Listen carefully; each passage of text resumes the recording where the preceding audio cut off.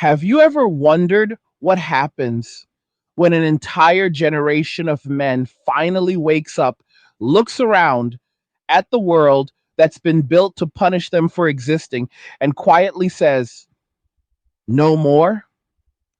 What happens when the people who were told they're the problem, the oppressors, the toxic ones, suddenly decide to stop playing the game altogether and walk away for good? Today, we're going deep into one of the biggest silent revolutions of our lifetime: men walking away. And if you stay with me until the very end, I'm going to show you exactly why millions of men are now living their best lives ever, while the people who spent years pushing them out are suddenly begging them to come back.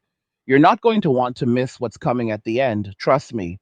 If you're enjoying this kind of no filter, straight to the point, angry guy content, smash that like button right now.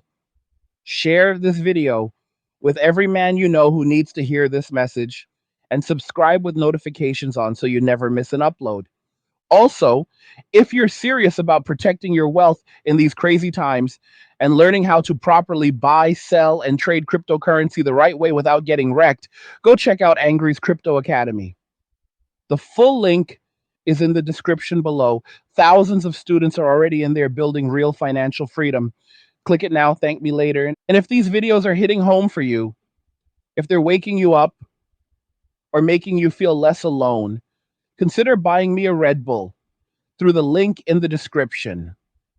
Every can keeps the fire going and helps me keep bringing you this unapologetic truth. Let's get into it. Picture this.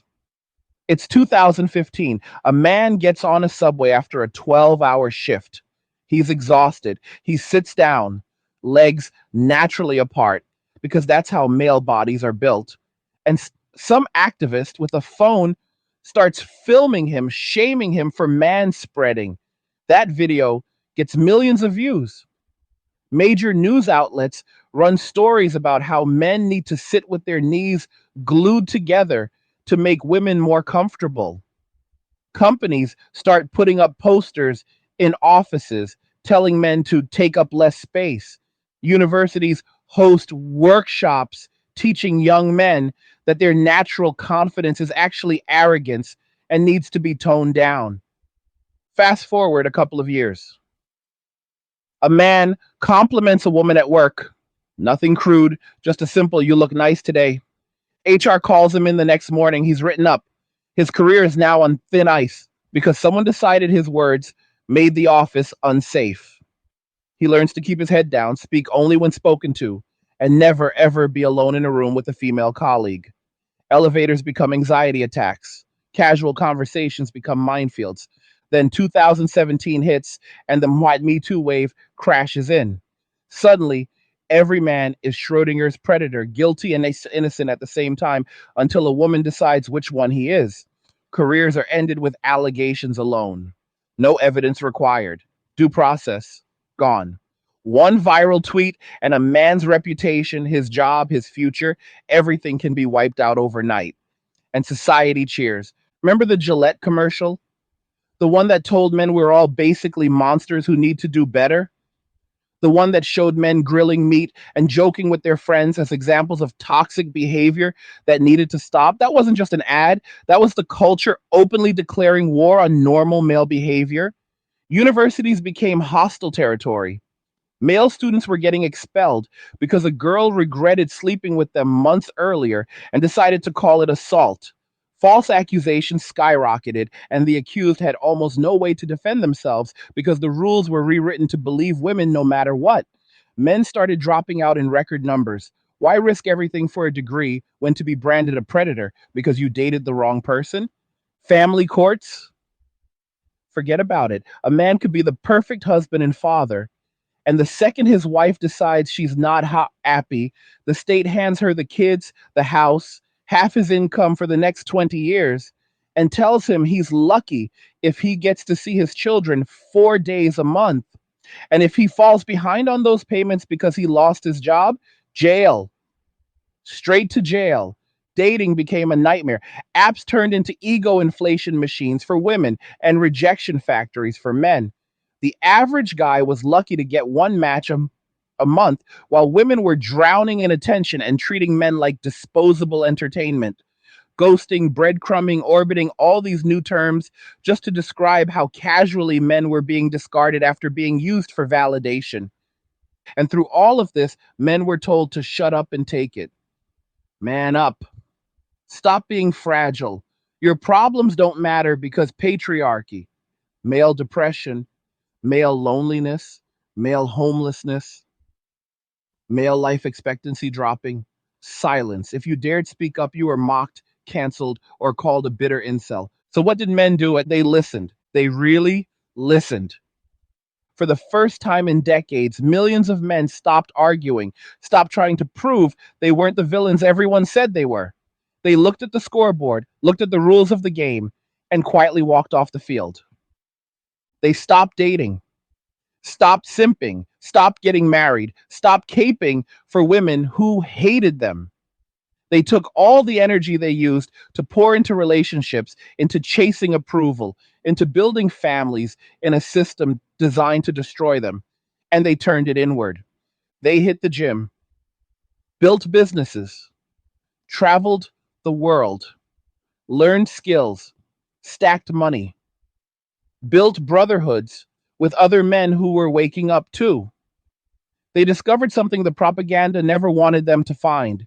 Life is actually peaceful when you're not constantly walking on eggshells trying to please people who despise you.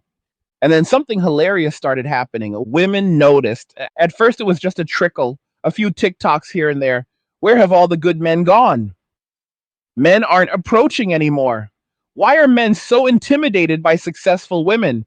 Then it turned into thousands of videos, tens of thousands. Women in their late 20s, 30s, even 40s, filming themselves in their cars or their empty apartments, mascara running, voice cracking, literally begging men to come back. I'm traditional now, they say. I'll cook, I'll clean. I swear I'm not like the other girls anymore. They post lists: 6 foot, six figures, six pack, funny, kind, emotionally available, loves dogs, no kids, never married, makes me laugh, pays for everything, but also respects my independence. And the comments are brutal. Men aren't angry anymore. They're calm, amused even. We're good, Queen. Enjoy your cats. I'm focused on my peace. Passport Bro videos started blowing up. Men filming themselves in Colombia, Thailand, Philippines, Eastern Europe, surrounded by feminine, kind, happy women who actually seem to like them. Men who couldn't get a text back in America are getting marriage proposals abroad 90 days after landing overseas. And they're not coming home. Birth rates in the West started collapsing. Marriage rates hit all time lows. Sperm counts, funny enough, are down too, but that's another story. And the panic set in. Articles started popping up. The end of men. Why young men are checking out. The male loneliness epidemic is a national crisis. Podcasts full of high body count 35-year-old women asking each other why they can't find a good man while completely ignoring the trail of destruction behind them. Feminists started screeching that men owe society their productivity, their protection, their very lives, while simultaneously calling them trash and predators. Politicians started worrying out loud that if men keep opting out, there won't be enough taxable income to keep the welfare state running. And through all of this, men just kept walking. Because here's the part nobody wants to say out loud. Men discovered they don't actually need women to be happy. They need sex sometimes, sure. Companionship sometimes, but need no. Modern technology, money, and male friendships can cover almost everything else. And the risks of involving yourself with modern Western women became so absurdly high that even the potential rewards stopped being worth it. Men realized something profound. Their grandfathers didn't fight wars and build civilizations because they were promised a lifetime of being told they're the root of all evil. They did it because they were respected, valued, needed. They had families worth protecting, legacies worth building, women who had their backs. That social contract is dead, torn up and burned. So men did the most rational thing possible. They withdrew their participation.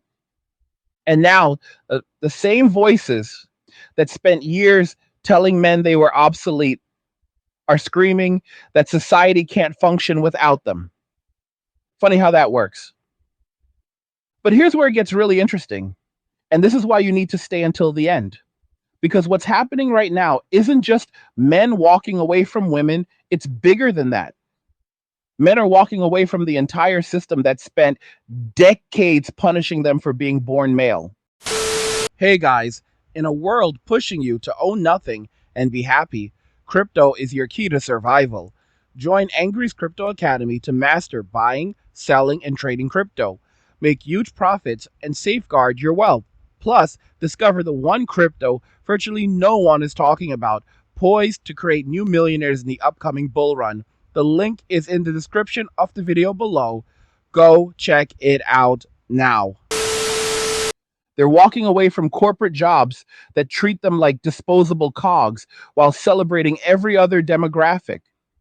They're walking away from universities that charge them $250,000 to be indoctrinated and discriminated against. They're walking away from a culture that shames them for having boundaries, for wanting reciprocity, for expecting basic respect. They're building parallel societies, crypto, gyms, trades, remote work, digital nomadism, communities of high value men who lift each other up instead of tearing each other down. And the best part, they're happier than they've ever been, lower stress, more money, better health, real friendships, freedom, actual freedom, no more coming home to arguments about whose turn it is to do dishes after you worked 60 hours, to pay for a house that isn't even in your name. No more worrying if today's the day your wife decides to take half your stuff and your kids because she fell out of love. No more watching everything you built get torn down because some blue check feminist on Twitter decided you looked at her wrong in 2012. Just peace. Beautiful, glorious, hard earned peace.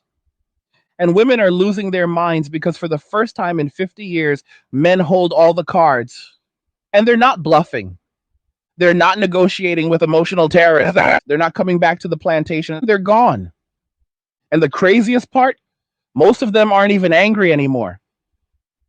They're just done. Done performing it, done apologizing, and done sacrificing for people who hate them, done participating in their own destruction. And this is men walking away. And it's only the beginning. They said it would never happen. They said men were too thirsty, too desperate, too wired by biology to ever walk away for real. They said all it would take is one pretty girl batting her eyelashes, and the average guy would come crawling back, ready to sign over his paycheck, his freedom, and his future for the privilege of being tolerated. They were wrong. Dead wrong. Because when you push a group of people far enough, long enough, and hard enough, something changes inside them. It's not rage anymore. Rage burns hot and then fades. This is colder. This is clarity. This is the quiet, unshakable certainty that comes when a man finally sees the game for what it is and decides he no longer wants to play. And once that switch flips, there is no unflipping it. I want you to really think about what these men have been through. Not in theory, not in memes, in real life.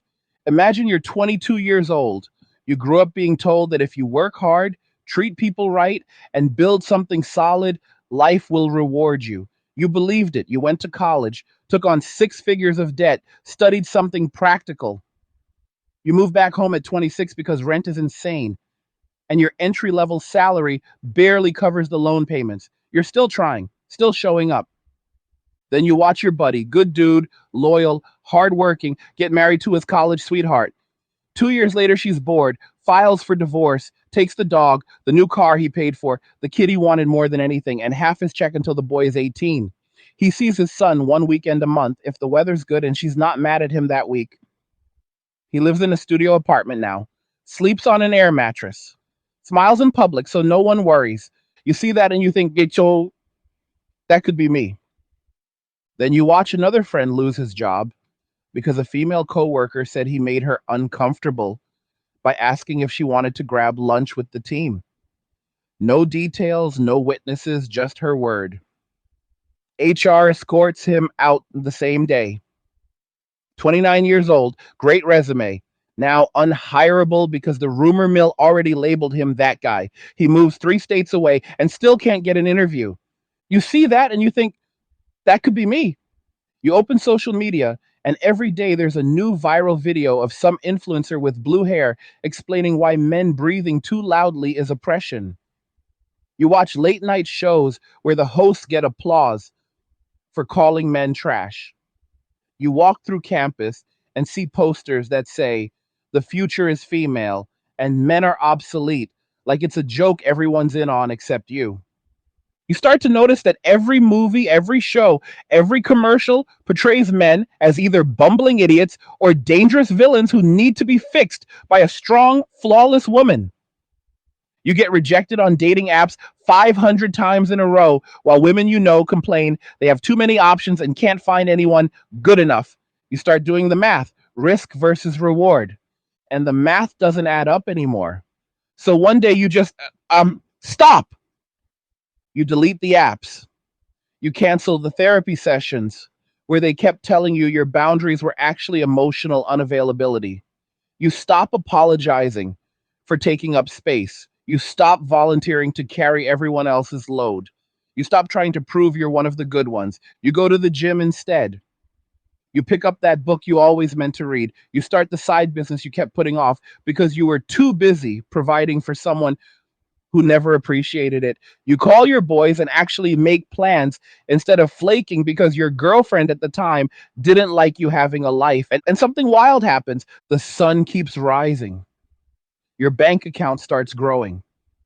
Your body gets stronger. Your mind gets clearer. You laugh more, sleep better, wake up without that low level dread sitting on your chest. You realize you're not broken. You were just in a broken system. And for the first time in your adult life, you feel free. That's the moment millions of men are living right now. That exact moment. And once a man tastes that freedom, good luck getting him to trade it for drama, demands, and double standards ever again. Now, let's be crystal clear about something. This isn't about hating women. This isn't some bitter revenge fantasy. The men who are truly walking away aren't sitting in basements plotting. They're out living, they're calm, they're prosperous. They're often kinder than they've ever been because the anger is gone. The resentment is gone. They simply remove themselves from the equation that was causing them pain. They wish women well from a distance, a very safe distance. Because peace is worth more than any relationship that requires you to set yourself on fire to keep someone else warm. And here's the part that drives the old system absolutely insane. These men aren't lonely.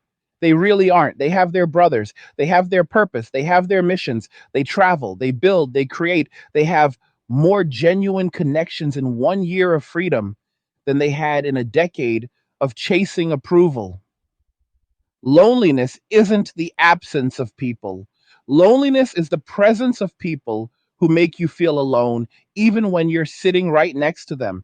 These men eliminated that variable. And society is panicking because it turns out the whole machine was running on male effort that everyone took for granted. The taxes, the labor, the protection, the innovation, the quiet sacrifice, all of it propped up by men who were told their value came from what they could provide to others. Remove the incentive, and the machine starts to sputter. Look around. Fire departments can't find recruits. The military is missing goals by tens of thousands. Trades are desperate for young guys. Infrastructure is literally crumbling because the men who used to fix it looked at the deal. Work your body into the ground for wages that haven't kept up with inflation, then come home to be told you're the problem and said pass. Even the birth rate collapse isn't just about dating. It's about men refusing to bring children into a world that hates them before they're even born. Why would a man sign his son up for a lifetime of of being told he's inherently flawed just because he's male? So now the same institutions that spent years celebrating male obsolescence are scrambling for solutions. They're lowering physical standards to get more women into dangerous jobs men used to do without complaint. They're running ad campaigns begging men to come back to college. They're writing think pieces about how the loneliness epidemic is a crisis now that it's affecting the system, not just the men. But the men aren't coming back. Not until the deal changes, not until respect is back on the table, not until masculinity is celebrated again instead of medicated and shamed. And the beautiful thing, they don't need to wait for permission. They're already building something better on their own terms. That's the part I really want you to sit with. This isn't a tantrum. This is evolution in real time. Men aren't destroying society by walking away. They're saving themselves. And in doing so, they're forcing society to look in the mirror and decide what it actually values. Because you can't demand a man's blood, sweat, and taxes while simultaneously telling him he's the root of all evil. At some point, he's going to call your bluff. And millions just did. Now, I want you to imagine something with me. Close your eyes for a second and picture a world 10 years from now if nothing changes. Birth rates keep falling, marriage is a relic. Most men under 40 have opted out completely. The economy is propped up by debt and immigration because there aren't enough young workers paying into the system. The power grid starts flickering because the guys who knew how to fix it retired and no one replaced them. Crime spikes because single mothers can't be in two places at once and there are no fathers in the home. The government tries conscription to fill the military, and men laugh and move to countries that still respect them. That future isn't science fiction, it's math, and the only variable that can change it is reciprocity. Real, genuine, mutual respect. Until that happens, men will keep walking and they'll keep winning. Because here's the secret nobody wants to say out loud: a man who has nothing to prove to anyone is the most powerful force on earth. He can't be shamed, can't be guilted, can't be bought, can't be threatened with loneliness because he already made peace with being alone if that's what freedom requires. That man is unstoppable. And there are more of him every single day. I see them in my comments, in my inbox, in real life. Doctors, engineers, plumbers, entrepreneurs, artists, soldiers, students, men from every walk of life who woke up one day and decided their peace was non-negotiable. They didn't announce it with a megaphone. They just quietly disappeared from the plantation and started building their own thing. Some of them still date, but only on their terms. Vet for years. Ironclad boundaries. No cohabitation without marriage. No marriage without a prenup that actually protects both sides. Many just stay single and thrive. Some become passport bros and find traditional women abroad who treat them like kings. Others stay home and enjoy the abundance of peace. But all of them have one thing in common: they're done performing masculinity for people who hate them. They're living it instead, quietly, confidently, unapologetically. And that, my friends, is the real revolution. Not screaming in the streets, not begging for scraps of respect, it's just walking away and building something better. That's power, real power. So if you're a man watching this and you've been feeling that pull, that quiet voice telling you something is off, listen to it. You're not crazy. You're not broken. You're awake. And if you're a woman watching this and you're mad, ask yourself why. Ask yourself what you personally have done to make the men in your life feel valued, safe, and respected lately. Not society, not other women, you. Because the men aren't coming back until the respect does. And they're perfectly fine waiting or not waiting at all. They're good. And now the panic is getting louder. Every week, there's a new article written by some journalist who spent the last 10 years calling men trash. And now suddenly she's concerned. The titles are all the same: The Crisis of Disappearing Men, Why Men Have Stopped Participating, and The Boy Problem in Education, The End of Dating as We Know It. They sound like emergency dispatches from a war zone nobody noticed was being fought until the soldiers just vanished. And the craziest part? The solutions these articles propose are hysterical. They say men need more therapy, as if men haven't been told for years that their emotions are the problem. They say men need to be taught emotional intelligence, as if men haven't been the ones holding families and friendships together while being told vulnerability is weakness. They say we need to redefine masculinity. Translation, make men more compliant again. They say schools need to stop failing boys after deliberately redesigning education to reward sitting still and verbal compliance, things girls naturally excel at more in early childhood. They say we need government programs to get men back into college and the workforce, as if men are children who need to be bribed back into a burning building. None of them, not a single one, says the obvious thing. Maybe stop treating men like the enemy and they'll stop acting like prisoners planning an escape. But that would require accountability. And accountability is kryptonite to a culture that spent decades teaching women they're flawless victims of a patriarchy that somehow still lets them dominate universities, HR departments, psychology, education, and family courts. So instead of accountability, we get theater. We get viral TikToks of 33-year-old women doing the I'm ready to be a trad wife now dance, wearing ankle length dresses they bought yesterday, holding raw chicken like it's a personality trait, promising to submit while still keeping their OnlyFans in the bio just for emergencies. We get podcasts where four women who've collectively dated half the city sit around wondering why high value men won't commit, as if the phrase high value man isn't the most telling admission that the game was always transactional and they just lost their leverage. We get influencers telling men to level up and become top 1% if they want a loyal feminine woman, as if the average man earning 50,000 a year in 1995 didn't have a loving wife and three kids. But today, the same guy needs to look like a Marvel character, earn 300K, and have a PhD in therapy speak just to get a text back. And every time one of these videos drops, the comments are a bloodbath of men who simply write peace over pandering and keep scrolling because the mask is off. Men have seen the script, they've seen what equality actually meant. All the obligations of the old gender role with none of the respect or protections. Provide like it's 1950, but if you expect homemaking or loyalty in return, you're a controlling misogynist who needs to be reported to HR. Men were told to open up emotionally, so they did. And the second they showed vulnerability, they were called weak, mocked, or weaponized against in the next argument. You cried when your dad died, remember?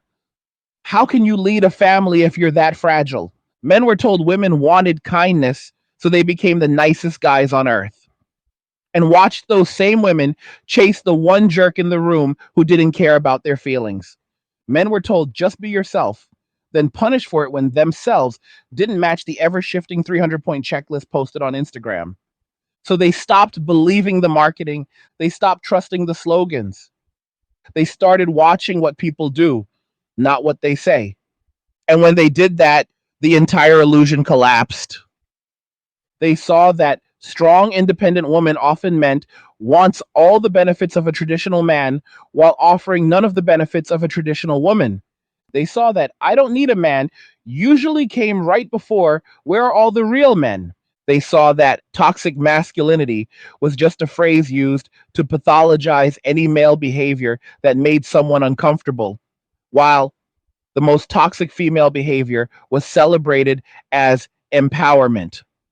They saw the pattern. And once you see it, you can't unsee it. That's the red pill nobody can force down your throat. You have to swallow it yourself when the cognitive dissonance finally becomes unbearable. And millions of men have swallowed it, some quietly, some loudly, some with sadness, some with relief, but all of them permanently. Because here's what happens when a man fully internalizes this reality: he stops negotiating with reality.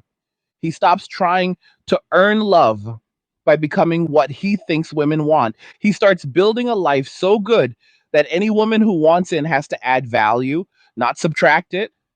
He vets ruthlessly, not out of spite, out of self respect. He asks questions previous generations would have considered insane. Does she have a healthy relationship with her father? because daddy issues aren't cute at 35. Is she in debt up to her eyeballs chasing a lifestyle for Instagram? Dash. Does she speak respectfully about exes, or are they all abusive narcissists? Dash. Can she cook a basic meal, or does she think heating up Trader Joe's frozen orange chicken counts as providing? Does she have female friends she's kept for longer than 2 years, or is there a trail of burned bridges? Does she take accountability when she's wrong, or is everything always someone else's fault? These aren't high standards. These are survival questions in 2025, because the stakes aren't just a bad date anymore. The stakes are your children, your finances, your freedom, your mental health, and in extreme cases, your life. Men have watched too many brothers lose everything because they ignored red flags the size of parade floats. So now they move like chess players, not horny teenagers. And women feel it. They feel the shift in energy. They feel men looking at them like investment opportunities instead of prizes to be won. And they hate it. They make TikToks screaming, men are intimidated by strong women, when what they mean is men finally stop tolerating entitled behavior. They say men only want traditional women now because they can't handle equality. When what they mean is men realize traditional women actually like them and don't treat relationships like a power struggle. They say men are running away to third world countries because they want submissive slaves. When the truth is, men are finding women who smile when they come home, who don't call them toxic for wanting to lead, who don't threaten to call the police during arguments. And the data backs it up. American women initiate 70 to 80% of divorces. American women are the most medicated, depressed, and lonely demographic, despite having more freedom and opportunity than any women in human history. American women report the lowest levels of happiness since polling began, even as men's happiness is quietly rising for the first time in decades. Let that sink in. The group with all the institutional power, all the social support, all the legal advantages is more miserable than ever. While the group that was told they're the problem is finally exhaling and finding joy, that's not coincidence. That's consequence, and consequences are the only language a culture understands when empathy fails. So men aren't angry anymore. They're observant, they're building, they're protecting their peace like it's the last resource on earth. Because for many of them, it is. And the beautiful irony, the more men focus on themselves, the more attractive they become. The guy who used to chase validation is now too busy stacking money, lifting weights, traveling with his boys, and building something real to notice the games. And women notice him, they always do. But now the power dynamic is flipped. Now she has to prove she's pleasant to be around. Now she has to show she can add value instead of just taking. Now she has to compete instead of just existing. And most can't handle it because competition requires effort. And effort was never part of the deal they were sold. They were told they were perfect exactly as they are. They were told the world would rearrange itself to accommodate their feelings. They were told men would always be there waiting, hoping, simping, paying. And then one day they looked up and the waiting room was empty and the chairs were still warm. But the men were gone and they're not coming back. Not without a complete rewrite of the social contract, not without mutual respect, mutual accountability, and mutual sacrifice. Until then, men will keep walking. They'll keep building it. They'll keep winning quietly, calmly, relentlessly. Because freedom tastes better than validation ever did. And once a man has tasted it, he'll burn the whole world down before he gives it up again. That's the new reality. And it's only getting stronger. And this is where the story gets even more fascinating because what started as individual men waking up and choosing peace has now become a full blown cultural migration. It's not random, it's not a phase, it's a movement with momentum that compounds. Every single day, more men decide the cost of admission to modern Western dating and marriage is simply too high for what's being offered on the other side. You see it in the numbers nobody wants to talk about, honestly. Marriage rates in the United States have been plummeting for years, but in the last 5 years, the drop has accelerated into free fall. We're now at the lowest marriage rate ever recorded in American history, not the Great Depression, not World War II, not the 1970s sexual revolution, right now, today. And it's not because men are afraid of commitment, it's because men are afraid of annihilation. Because marriage in 2025 isn't a partnership, it's a hostile takeover waiting to happen. You sign a contract that gives one party, statistically almost always the woman, the unilateral right to end the deal at any time for any reason or no reason at all and walk away with cash, prizes, and the kids while the other party is left bleeding out financially and emotionally for decades. That's not marriage. That's a lottery ticket with a 50% chance of total destruction and a 4 to 9% chance of happiness if you listen to the long term studies. Men looked at those odds and said, hard pass. And the response from the culture? Shame them harder, call them immature, call them losers, call them afraid of strong women, call them everything except rational. But men stopped caring what they're called a long time ago. Sticks and stones don't hit as hard when you've already been set on fire and walked through it. So they keep walking. Some go full monk. No dating, no sex, no distractions, just mission, money, and muscle. These guys are terrifying to the old system because they're living proof that a man can be completely fulfilled without a woman in his life. They have deeper friendships, higher testosterone, bigger bank accounts, and zero drama. They're not suffering, they're thriving. And every time one of them posts a picture on a beach in Thailand with a book and a protein shake, another 10,000 men see it and think, I want that. Others take the passport route. And before anyone clutches pearls, understand this. These aren't predators hunting vulnerable women. These are regular guys, mechanics, nurses, teachers, coders, who couldn't get respect in their own countries, finding women abroad who treat them like human beings. Women who smile when they walk in the door, women who cook dinner without filming it for clout, women who don't threaten to call the police because he asked her to lower her voice during an argument. These men aren't paying for slaves. They're paying for plane tickets to places where femininity wasn't declared public enemy number one. And the women they meet aren't oppressed. Many of them have degrees, careers, and options. They just weren't brainwashed into believing that being pleasant is patriarchal oppression. The irony is thick. The same people who spent years telling Western men they're toxic and unwanted are now furious that those men found places where they are wanted. You can't make this up. Meanwhile, back home, the dating market has become a desert for average men and a feeding frenzy for the top 5%. Women keep raising their standards while refusing to raise their own value. They want a man taller than them in heels, richer than their father, more patient than a saint, more jacked than a fitness model, funnier than a stand up comic, and completely emotionally available, but also stoic when she needs him to be.